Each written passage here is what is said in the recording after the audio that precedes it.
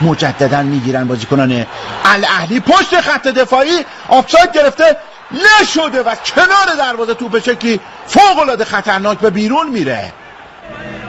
روی کارهای گروهی و تاکتیکی استفاده بکنه، به درون محوطه جریمه یک ضربه و مقابل تیر یک توپ رو میگیر. دقیقه 44 از این دیدار رو تماشا میکنی. حرکت باب توپ در بین چند یاره سپاهان بیرون میاد. شهاب و حالا توی دروازه تو با تیر دروازه برخورد میکنه، برمیگرده و نهایتا اینجا در آخرین دقیقه نیمه اول تیم الاهلی به گل میرسه. مصطفی البساس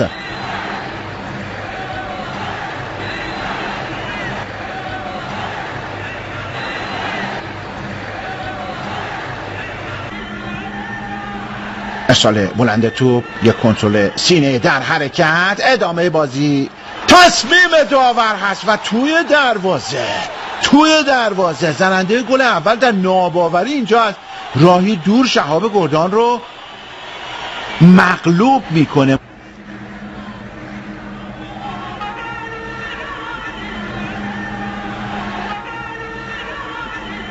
یاران ما به شکل پاس میزنن درون محوطه جریمه، فرصت برای جبران یکی از دو گل و واکنش بسیار خوب عبدالله المعیف.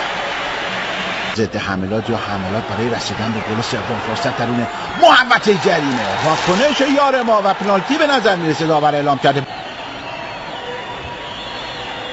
ایران نژاد اینجا میزنه این ضربه و برخورد با شهاب گردان، البته توی دروازه.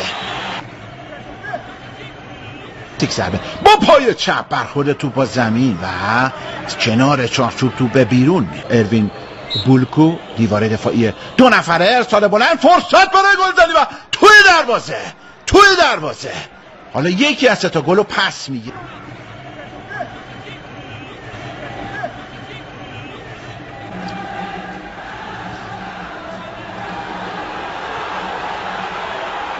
یه موقعیت بادآورده، دروازه خالی و توی دروازه.